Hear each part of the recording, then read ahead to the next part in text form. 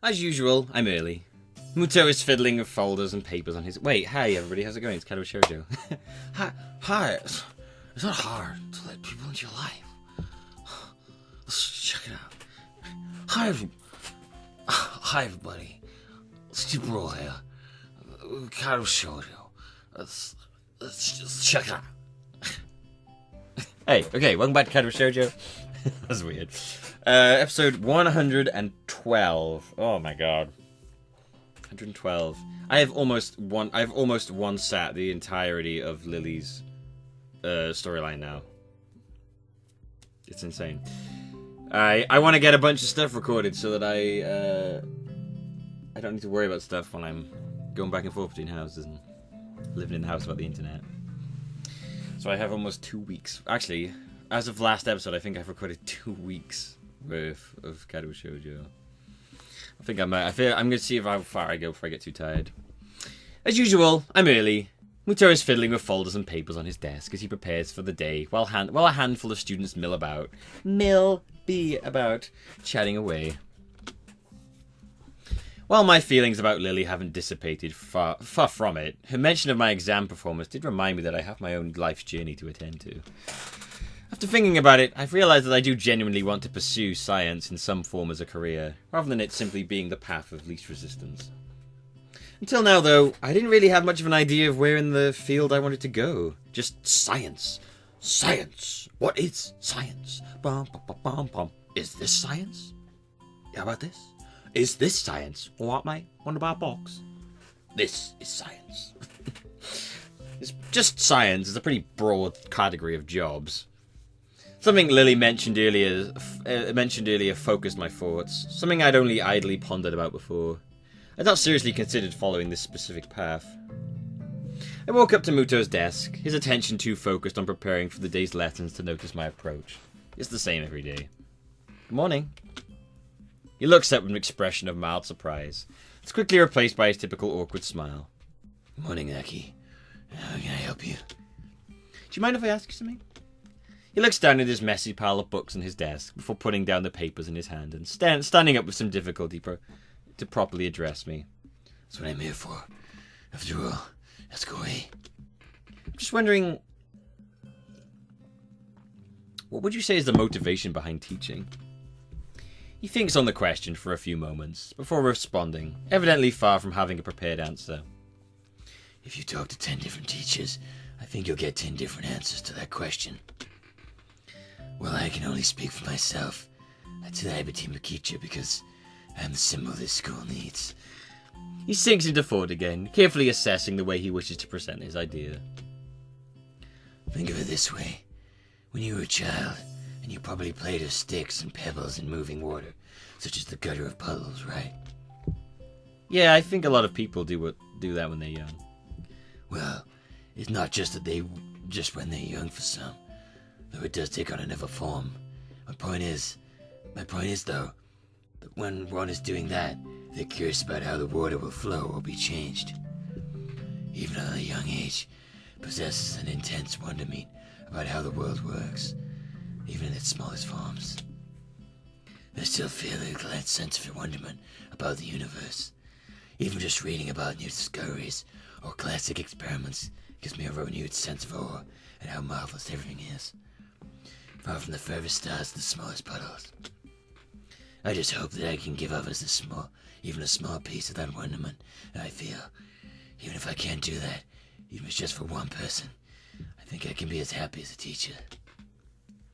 He scratches his head as he mentions... I love how I do Batman's voice. He scratches his head as he mentally reviews what he said. I feel like I understand him better now. Even if he's awkward around others, he does have a genuine want to be around them and offer them a piece of his self that he values. What Lily told me yesterday rings in my ears. I think you will get on well with others. Huh. She always did say I was unusually curious. Sorry if that was a little meandering. Does that answer your question? It does. Thank you. I also had another question, actually. Oh? What might that be? Do you have any college brochures or guides? It's about time I started getting some applications in.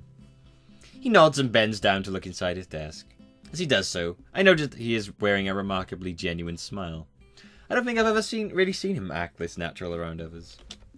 Perhaps this isn't Muto, the teacher, but rather Muto the person.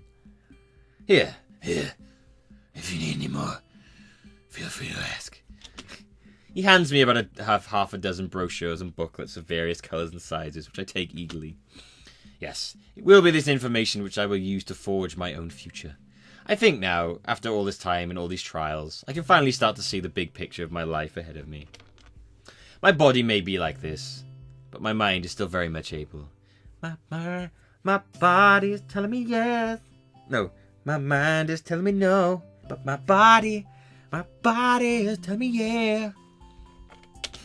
Thank you. That was an interesting day.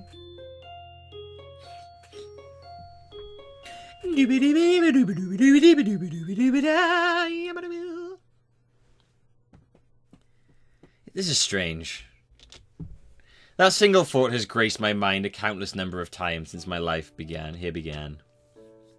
It feels like an easy way to discard a troubling question, as if simply labeling something with those three words will make it go away, or at least not worth thinking about any further.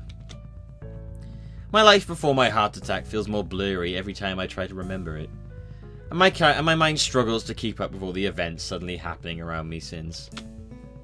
I heard somewhere that this is what it feels like to be left stranded in a country with one of the most basic understanding of the local language.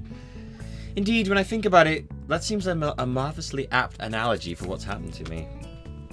But such situations are all supposed to make you very capable in that language very fast, as you're forced to learn forced to learn it in order to survive. Put another way, the situation becomes sink or swim. I wonder if I've really managed to swim after all this time.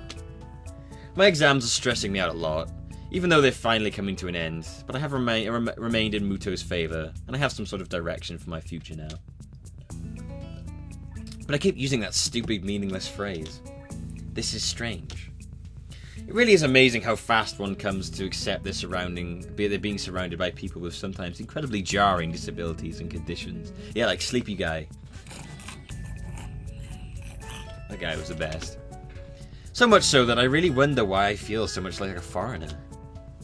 It certainly isn't for lack of socialization or friends. I've come to know most of my classmates on first name terms, and I know a few others around the school, whether they're missing an arm or a leg. The students here are just like anyone else of their age. I can navigate the halls that I once lost myself in with ease. I'm not expected to ever have, thanks to the school's logical layout, and can engage my teachers in comfortable discussion. I swirl around gently the tea in my cup, the reflected image of my face becoming distorted by the moving liquid. This is strange. I used to hate drinking tea. Maybe I'm thinking too much. The familiar sound of china rattling from a teacup touching an accompanying saucer rings out. Is something the matter? But don't worry, it's nothing. I take a long sip of the tea in front of me as the girls do.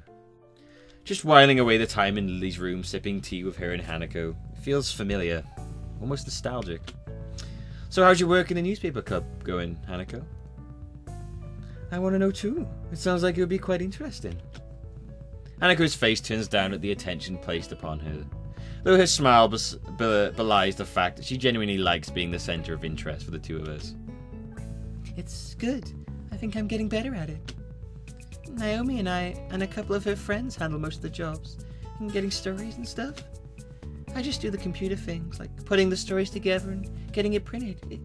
It's nice, since I can sit and concentrate. I see Lily's low-tech nature isn't shared by Hanako. Why do you call her Hanako?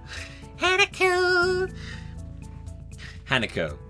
While sitting in a room compiling other people's newspaper articles into documents doesn't strike me as overly outgoing, it is heartening to see her widening her circle of friends.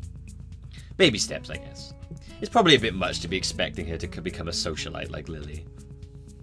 How are you finding Naomi? I've heard she can be quite troublesome at times.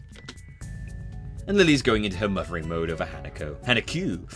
Letting go of her is something she has to learn. Hanako scratches her cheek, thinking on her answer. Naomi's nice. She's a bit loud sometimes and a bit tiring. but she's really helpful. Her friends are nice too. That's wonderful to hear, Hanako. I'm glad you found a source of such enjoyment. Lily's smile is warm and genuine, but I can sense a touch of wistfulness to it as well. Hanako seems to miss that entirely, but I don't think for a second that I'm imagining it. I suppose it's because I've slowly come to pay more and more attention to everything going on around me. With things seemingly happening faster and faster, it feels like I miss something if I'm not as observant as possible. With the exams, my newfound love life, trying to fit in some studying regarding my options for college and university, and my heart condition, applying the brakes on everything at irritatingly random times, my brain's been in overdrive recently. My brain's in overdrive and you're behind the steering wheel. Oh, touching you, touching me, touching you.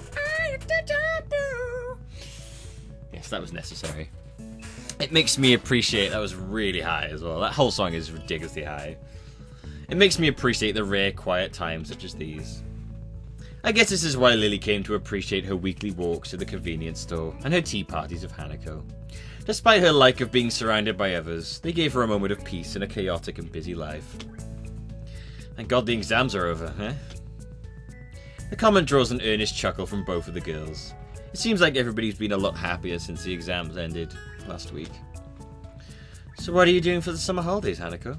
I quickly count the days in my head. Today's Monday and school finishes on Saturday. 5 days to go, after all. I was thinking of traveling just around a bit. There's a lot of places I want to see, and I think I have enough money to pay for the bus and train rides.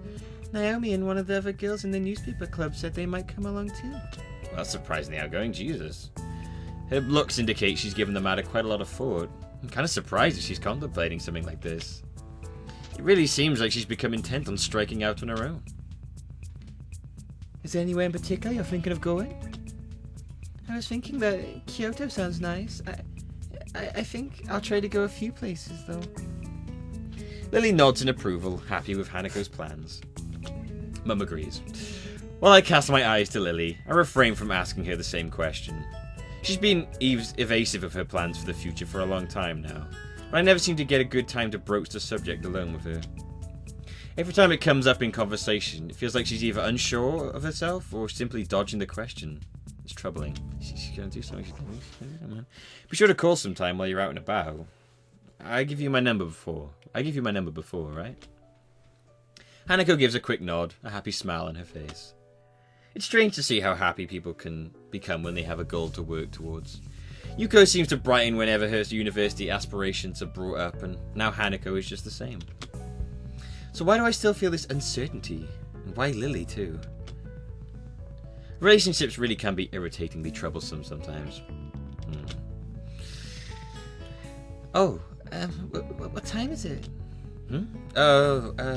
It takes me a second to remember that Lily's clock doesn't have any visual feedback. I really shouldn't know, given how many times I've been in her room. Nevertheless, I take my watch from my bag and quickly check it. The reason for her asking becoming clear. It's about 20 past 10, nearly curfew. Hanako rises to her feet, dusting herself off and neatening her gown after doing so. I'd better get going then. Good night, Lily. Hisao. Sleep well, Hanako. See you tomorrow. With that, she walks to the door and quietly makes her exit.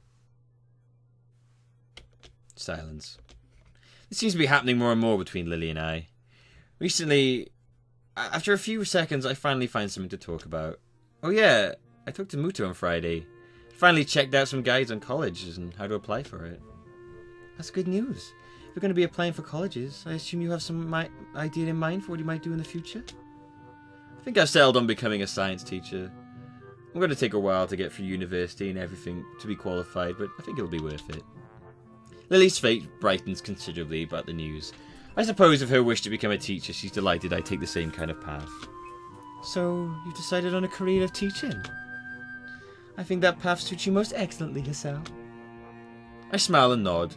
This time, even if I know she can't see me doing so, I know she feels it. You can feel my nod, right? Feel the nod? You can feel the nod. She feels the nod, she gets it. I imagine Muto would have taken to the news well. That's one word for it. Hey, Lily? Yes? I know you want to be a teacher, but for a second I wonder whether I should really ask the question on my mind, but that's quickly brushed aside by the fact that it's rather late to have second thoughts. Surely you don't think I'd be offended by something regarding my blindness? Her accusing tone is betrayed by her grinning face. Amused at my awkwardness in raising a topic, some things never change. Good point, I guess. I was just thinking whether or not being blind would be a hindrance, what with your ambitions to become a teacher and all. She looks mildly surprised before giving the question some thought. I refuse to think she never actually pondered this issue before. I wonder. Hisao, could you close your eyes for a moment? Okay. Raising an eyebrow, I do as she requests. I have no idea what she has in mind, and my questions only increase as I peek out from one eye. Taking the black ribbon she usually wears in her hair from the cabinet beside her head, she advances towards me while running it through her fingers to remove any stray hairs remaining on the piece of cloth. I suddenly click onto her intentions as I feel the black strip make contact with my face, wrapping around my head and over my eyes. What exactly is this for? It's a little test, Hisao. Since you seem to be wondering, I'll let you see things as I do for a time. Huh. So that's what this is about. To be honest, this actually sounds kind of fun. Childish and rather silly to anyone who would be watching, but a bit of silly fun never hurt anyone. I stand up with a heave, my hands quickly moving out in front of me to warn me of any obstacles. Okay, now what? Now touch me. If you say so, now then... I slowly make my way forwards towards the sound of Lily's voice. My walking speed could barely even be called a shuffle. The entire experience feeling alien enough that I don't want to risk inadvertently tripping over anything, such as her table or her haphazard pile of books. Something soft yet solid brushes against my left leg. Further inspection reveals it to be Lily's bed. She's going to be naked now, isn't she? I move onwards, finding myself thankful that Lily's room is so neat and tidy. Even the piles of books she has are generally kept close to the wall, well out of harm's way. The hard wall pressing against my outstretched hands makes me furrow my brow in frustration. Hey, Lily, where are you? What are you doing over there? I'm over here.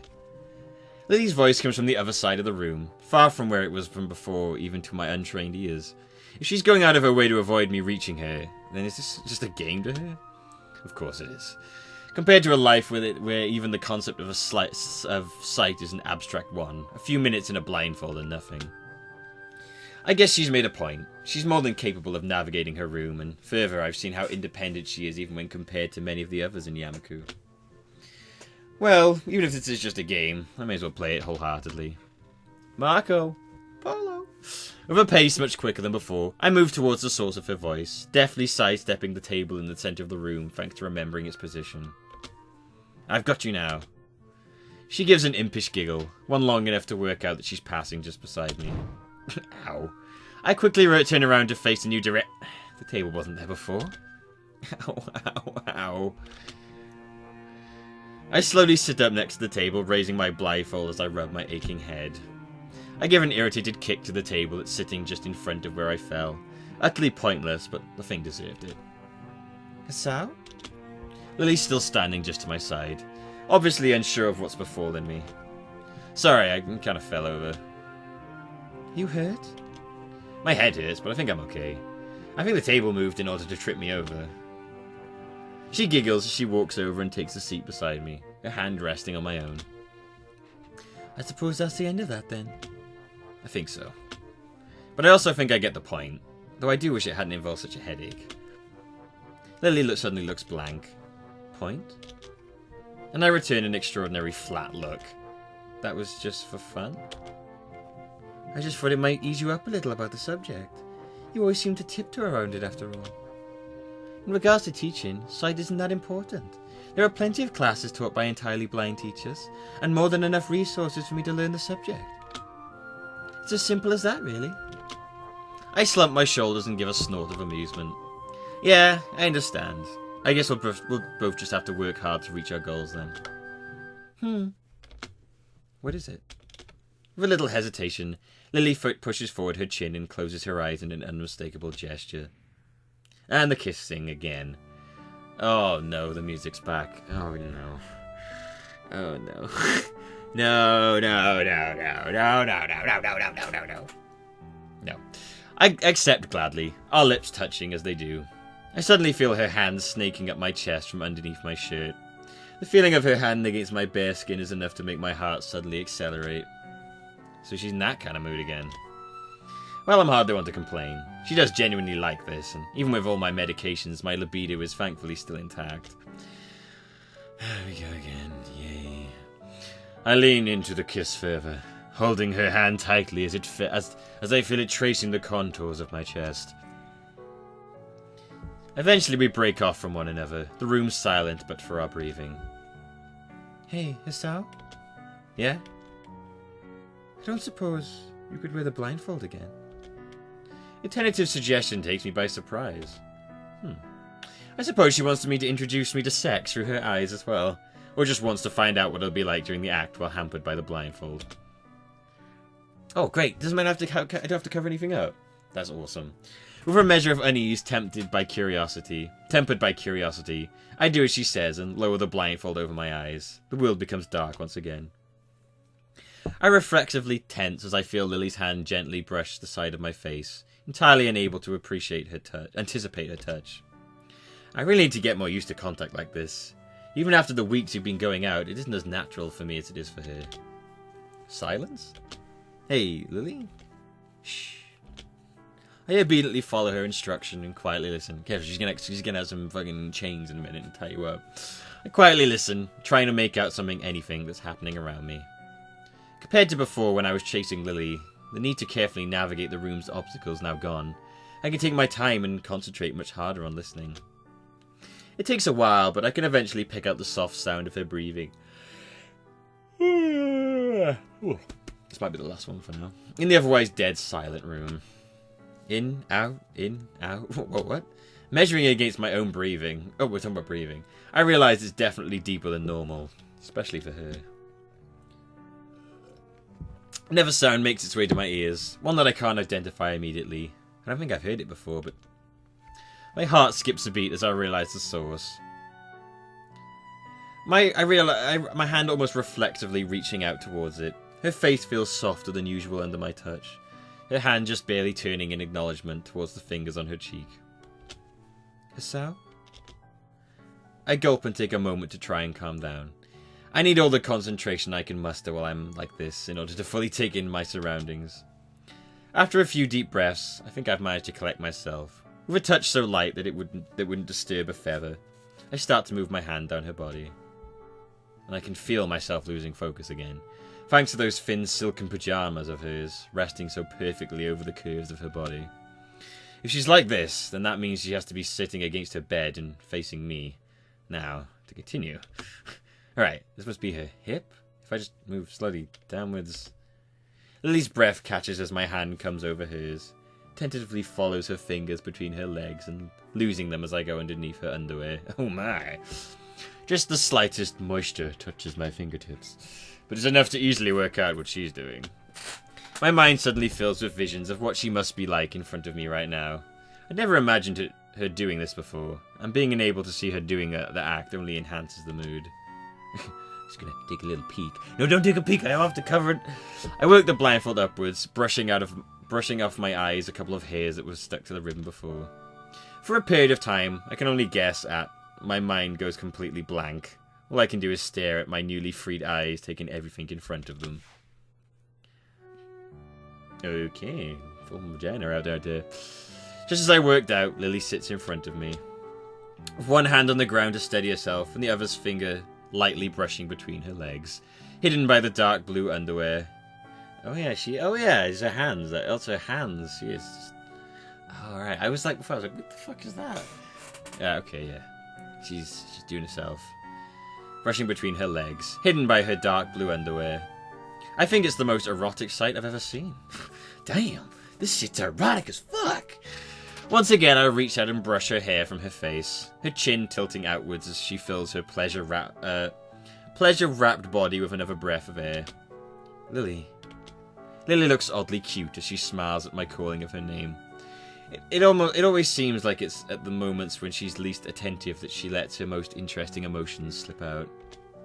It's not long before she works her fingers over herself faster than before, her excitement evidently rising, the scent of her sweat in the air only echoing that fact. So, do you need me, or are you just doing this yourself, or what? I'll just watch, I guess. I sit in front of her. It's hardly as if my own arousal's holding still. It's taking every fibre of my being to let her continue by herself instead of pushing myself on top of her. It's strange. I'd initially found her clouded blue eyes to be distracting. Well, she looks fucking hammered there.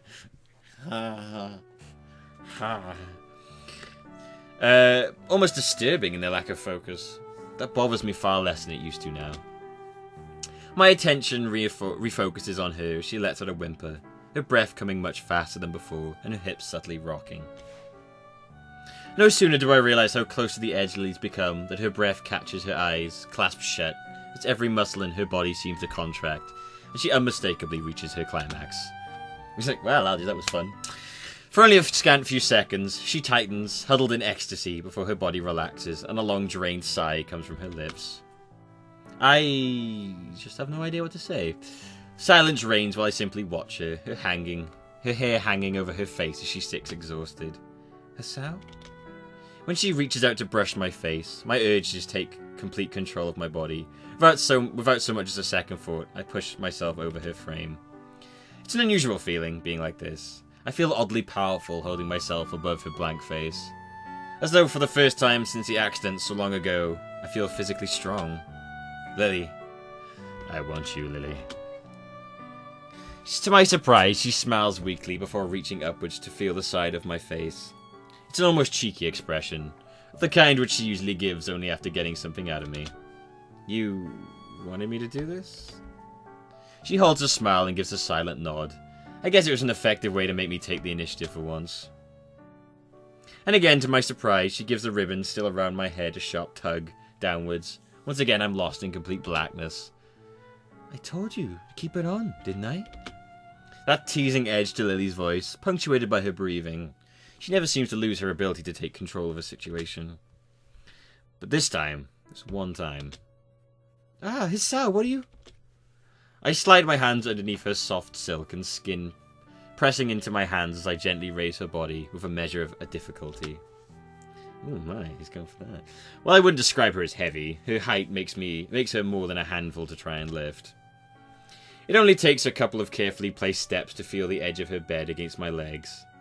My lowering of Lily onto her sheets just as gentle as when I raised her. Your bed will be more comfortable than the floor, right? Always the gentleman, aren't you? Yeah, I am.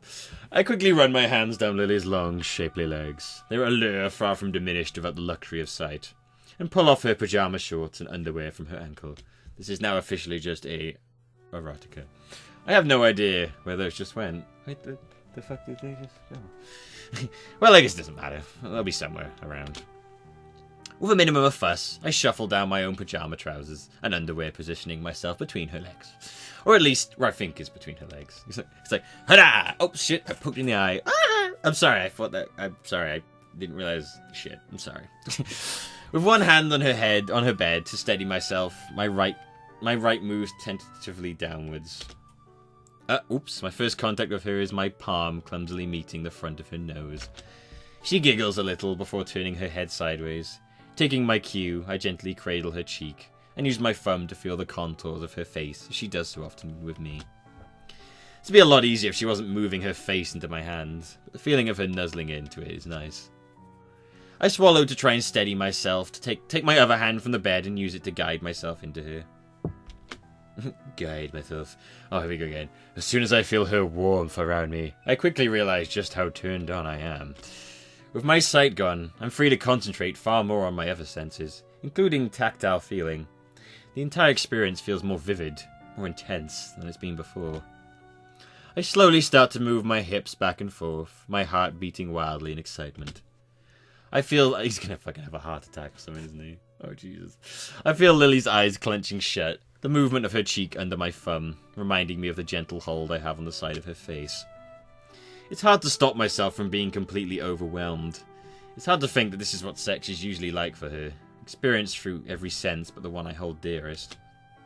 From her cheek to her neck, I begin to slide my hands downwards to take in the feeling of her body.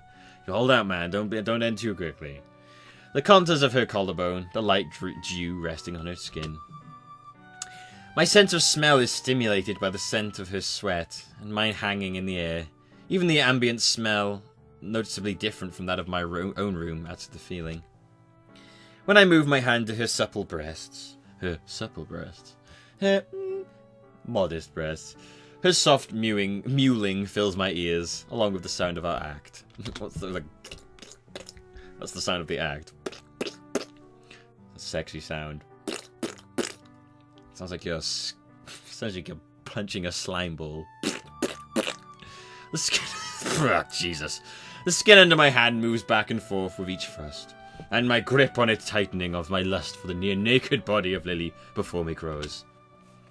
I can even feel her small nipple against my palm. My hand slides further and my fingers pluck it through the velvet silk of her pajama top. Boop. Her whimpering turns to moans as she fills with the same pleasure as I. I can feel my heart beating loudly in my chest and her own beating underneath my hand. I can feel her hands clasp my wrists, their grip surprisingly tight as her chest rises in overwhelming pleasure. More. I want more. He's gonna give himself... Yep, he's gonna give himself a fucking heart attack. I can feel my chest tightening as I rock back and forth frantically, both of us entirely taken with ourselves. Nothing that unusual. I just need to take deeper breaths to steady myself. It's like, oh shit. Oh shit. This feeling is just normal. Oh fuck. Oh fuck, I'm dying. This isn't, I can't, this pain is too much. Oh god. Ah! And Hisao has died during sex. Now, how do you explain that one to people? I stumble backwards from Lily with unseemly haste, clumsily hitting the back of my foot against the table and falling to the ground with an unceremonious crash. Breathing wildly, I frantically scrape at the ribbon over my eyes as I lay on my back. I have to get this off.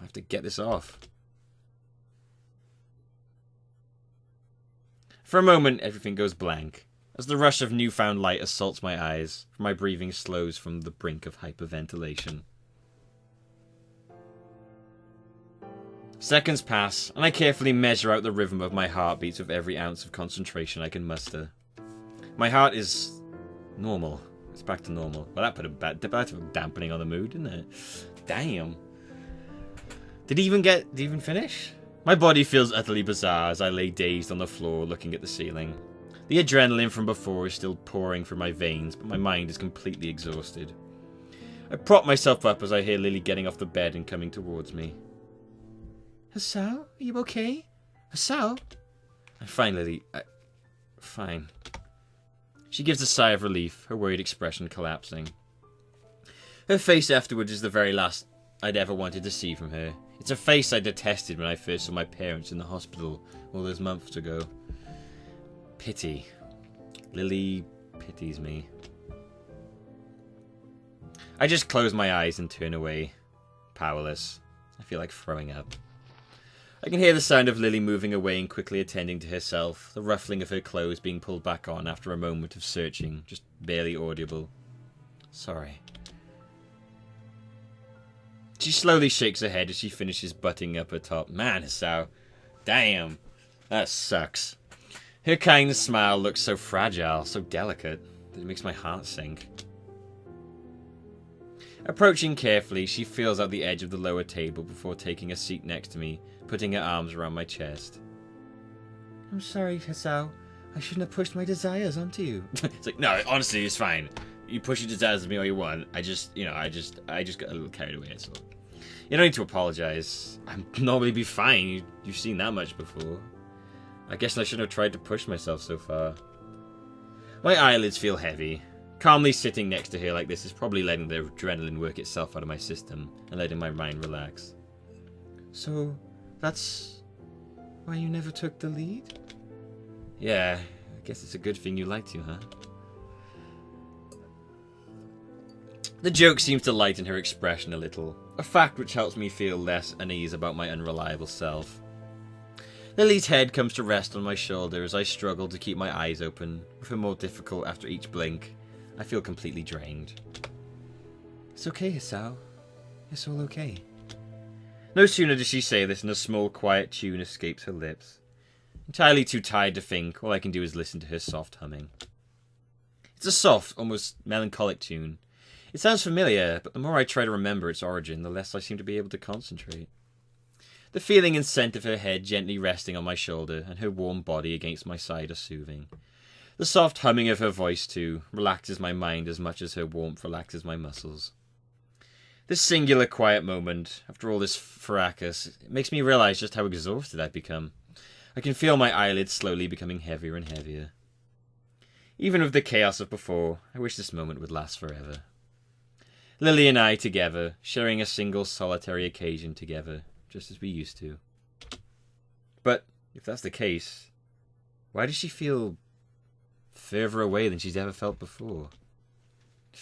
Oh! Can we find out what it is now, please? Jeez. Man, I feel bad for Hisao. Cock-blocked by his heart. But anyway, that is enough for now. Thank you for watching, guys. More editing.